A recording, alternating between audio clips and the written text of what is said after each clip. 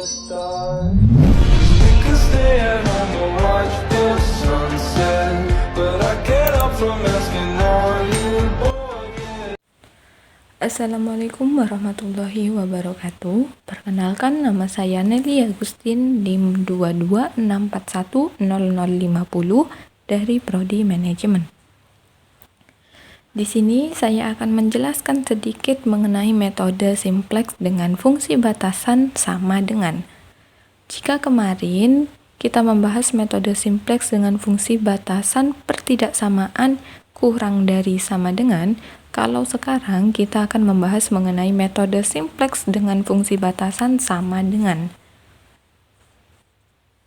Oke, di sini nanti akan ada tambahan variabel atau artificial variable menggunakan huruf M atau variabel M.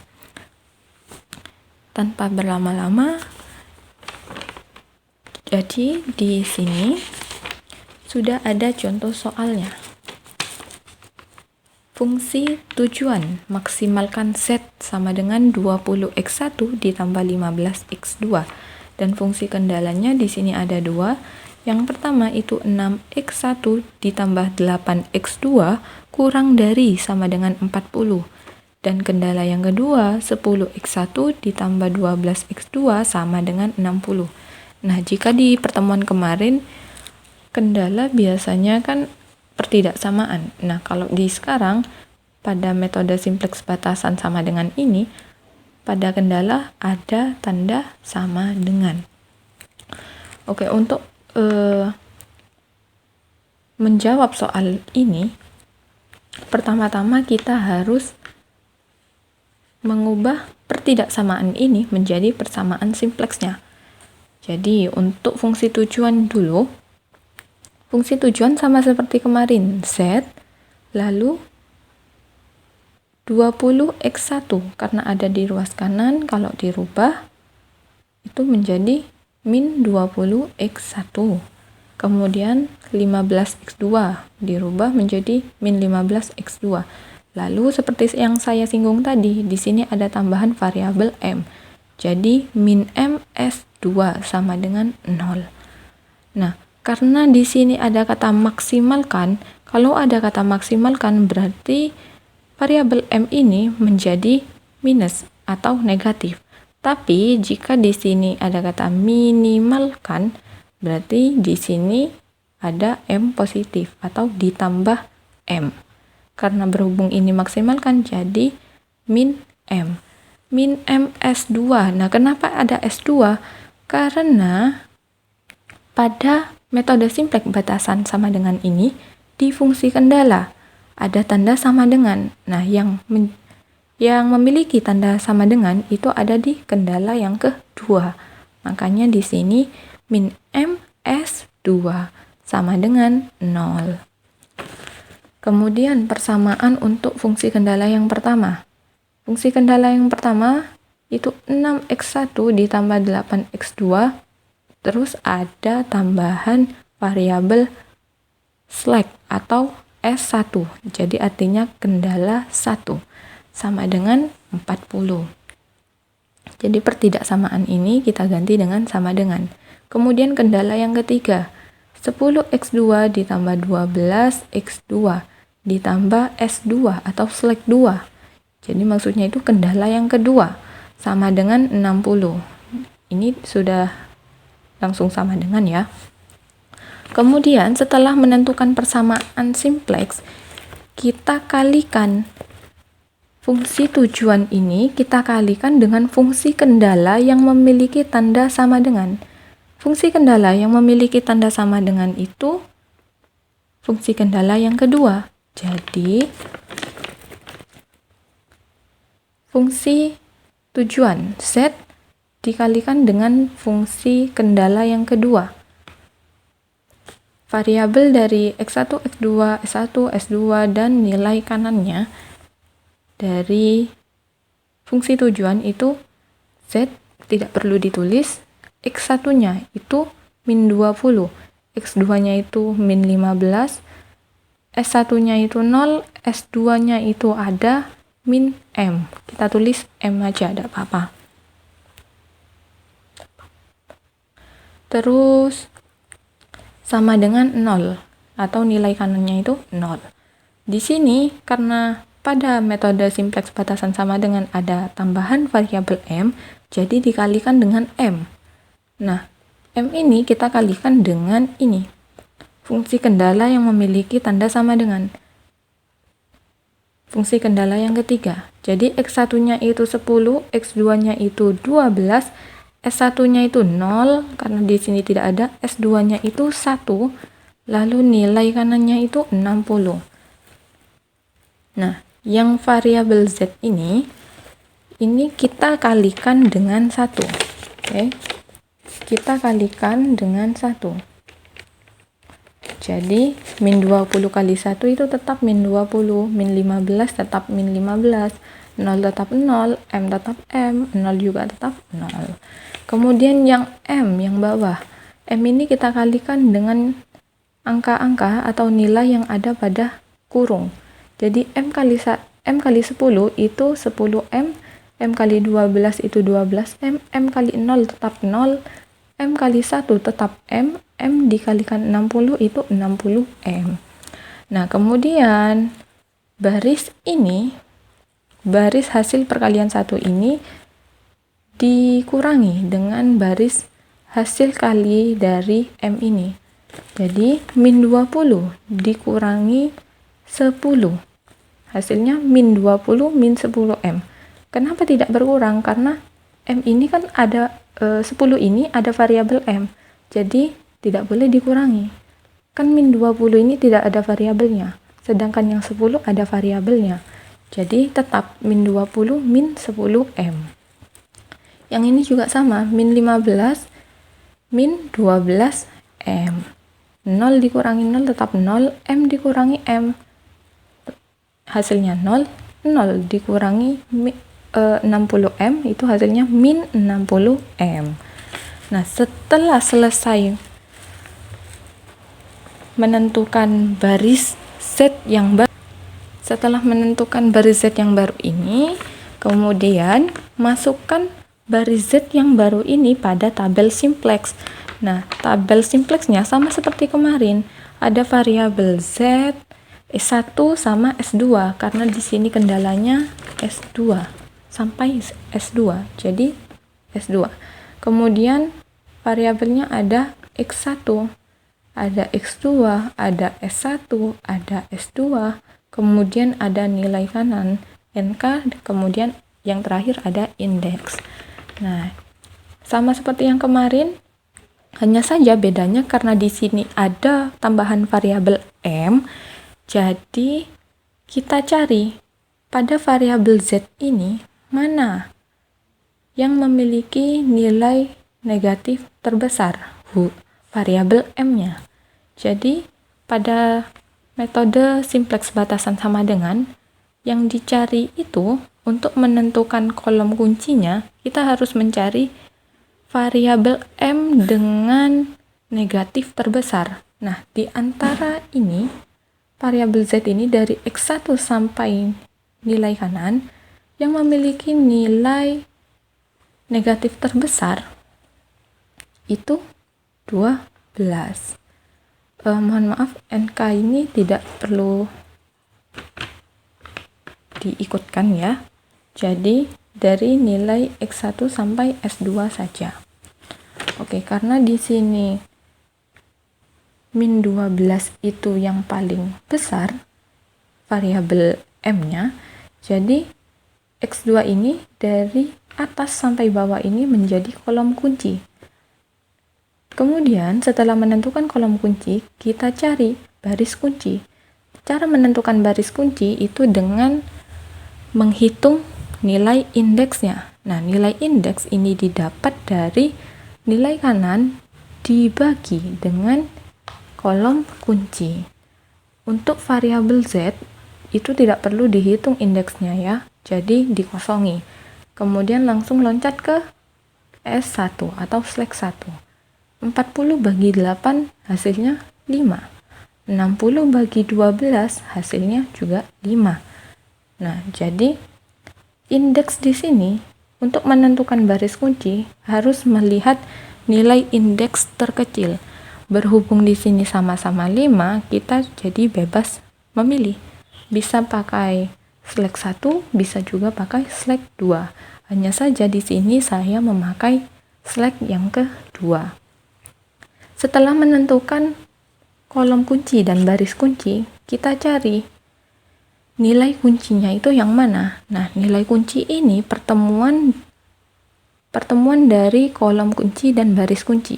Jadi, nilai yang menjadi anggota kolom kunci tapi juga menjadi anggota dari baris kunci.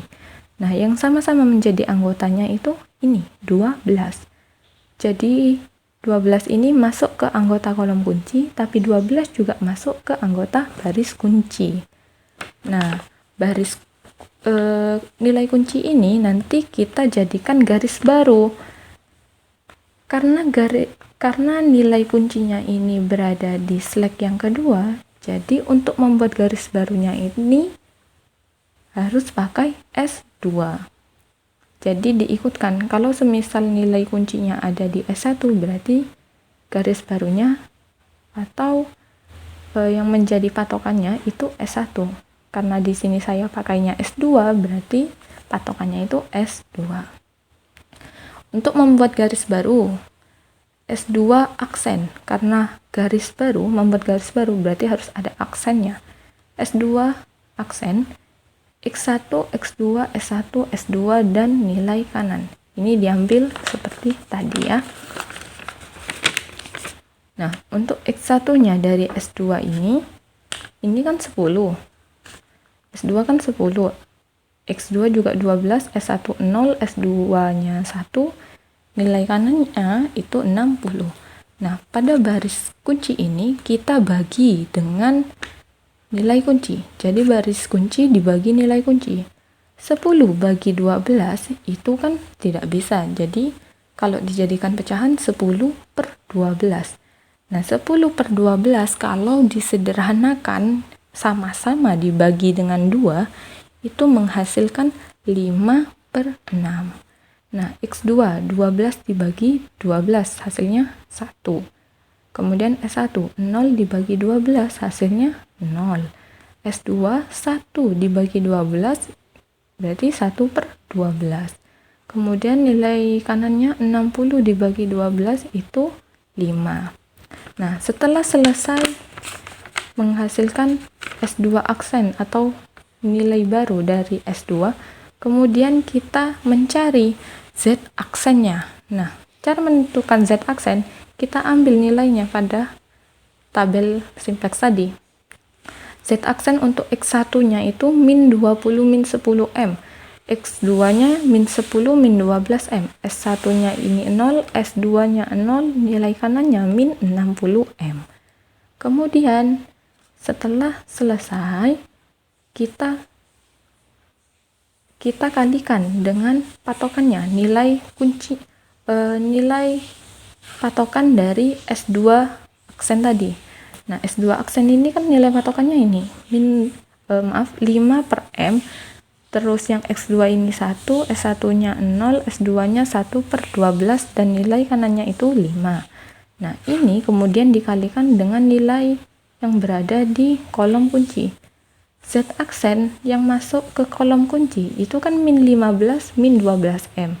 Jadi kita taruh di bawahnya min 15 min 12M. Nah, yang ini sama seperti tadi. Yang atas ini kita kalikan dengan 1. Jadi min 20 min 10 dikalikan 1 tetap min 20 min 10M. Min 15 min 12M tetap min 15 min 12M. 0 kali 1 tetap 0. Terus yang S2 0 dikalikan dengan 1 tetap 0, dan kemudian nilai kanannya itu min 60 dikalikan dengan 1. Hasilnya tetap min 60.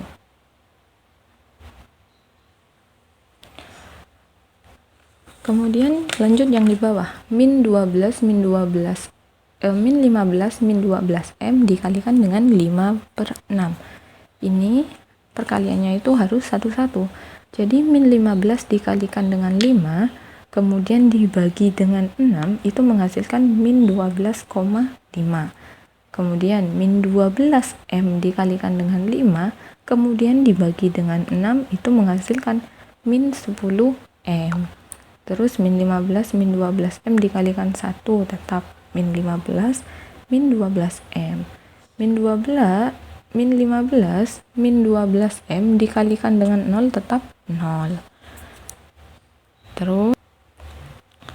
Terus min 15 min 12M dikali dengan 1/12 itu min 15 dikalikan 1 dibagi 12 menghasilkan min 1,25. Kemudian min 12M dikalikan dengan 1 dibagi 12 itu menghasilkan min M. Kemudian min 15 min 12M dikalikan dengan 5 menghasilkan min 15 dikali 5 min 75, min 12M dikali 5 min 60M. Kemudian baris hasil perkalian 1 tadi dengan perkalian ini dari kolom kunci itu kita kurangi. Oke, jadi pengurangannya itu min 20. Sama seperti perkalian tadi, harus satu-satu. Min 20 dikurangi min 12,5 menghasilkan min 7,5.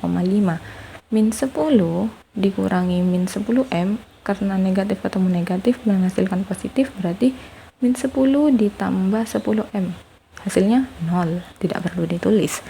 Min 15 min 12M dikurangi min 15 min 12M karena negatif ketemu negatif menghasilkan positif, berarti min 15 min 12M ditambah 15 ditambah 12M hasilnya 0. 0 dikurangi 0 tetap 0. 0 dikurangi min 1,2 min M, negatif ketemu negatif menghasilkan positif, berarti min 1,25 itu menjadi positif 1,25, min M menghasilkan positif M. Kemudian min 60M dikurangi min 75 min 60M. Karena di sini yang ada variabel hanya M, jadi min 75 bertemu dengan min, negatif ketemu dengan negatif menghasilkan positif 75, min 60M dikurangi min 60M, negatif ketemu negatif menghasilkan positif, jadi min 60M ditambah 60M itu hasilnya 0, tidak perlu ditulis. Oke, karena S2 aksen sudah dihitung, Z aksen juga sudah dihitung, selanjutnya tinggal S1 aksen. S1 aksen itu seperti ini. Nah, S1 aksen sama seperti tadi perhitungannya. S1 aksen nilainya itu ini kan. S1 aksen X1-nya itu 6, X2-nya itu 8, S1-nya itu 1, S2-nya itu 0, nilai kanannya itu 40. Nah, kemudian yang di bawahnya itu diisi dengan nilai patokannya tadi. Nilai patokannya tadi kan 5/6, X2-nya itu 1, S1-nya 0, S2-nya itu 1/12, nilai kanannya itu 5.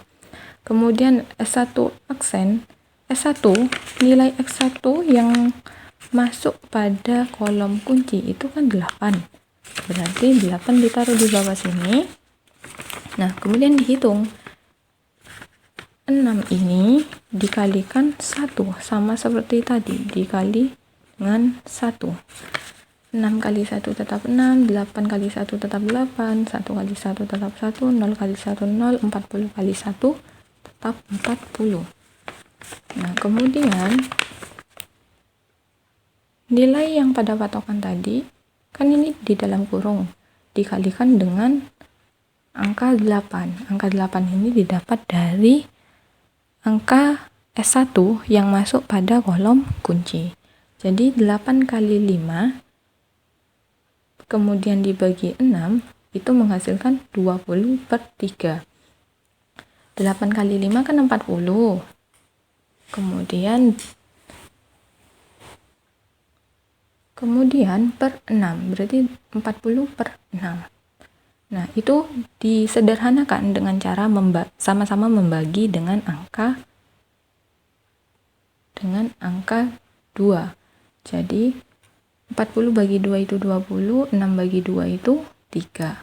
Kemudian 8 kali 1 itu 8, 8 kali 0 tetap 0, 8 kali 1 itu 8 per 12. Jadi 8 kali 1 per 12 itu 8 per 12. Diperkecil dengan cara sama-sama dibagi dengan 4. Jadi hasilnya itu 2 per 3. Kemudian 8 dikali 5 itu 40. Nah, hasil perkalian 1 tadi itu dikurangi dengan hasil perkalian dari 8 tadi. Nah, ini dikurangi ya. Yang bawah dengan yang atas dengan yang bawah itu dikurangi. 6 dikurangi 20 per 3 menghasilkan min 20 per 18. Oke, jadi nilai yang atas itu dikurangi dengan nilai yang bawah. Jadi 6 dikurangi 20 per 3. Nah, kalau pecahan, cara pengurangannya itu harus disamakan penyebutnya terlebih dahulu. Jadi 6 dikurangi 2 per 3 itu menghasilkan, karena harus disamakan penyebutnya terlebih dahulu, berarti 6 dikurangi 20 per 3. Nah, 6 ini kan bilangan biasa. Jadi kalau dijadikan pecahan berarti kan 6 per 1. Nah, 6 per 1 ini dikurangi 20 per 3. Jadi 6 per 1 tadi dijadikan penyebut 3. Jadi kalau 1 dikali 3 berarti yang atas itu 6 dikalikan dengan 3 juga. Misalnya seperti ini. 6 per 1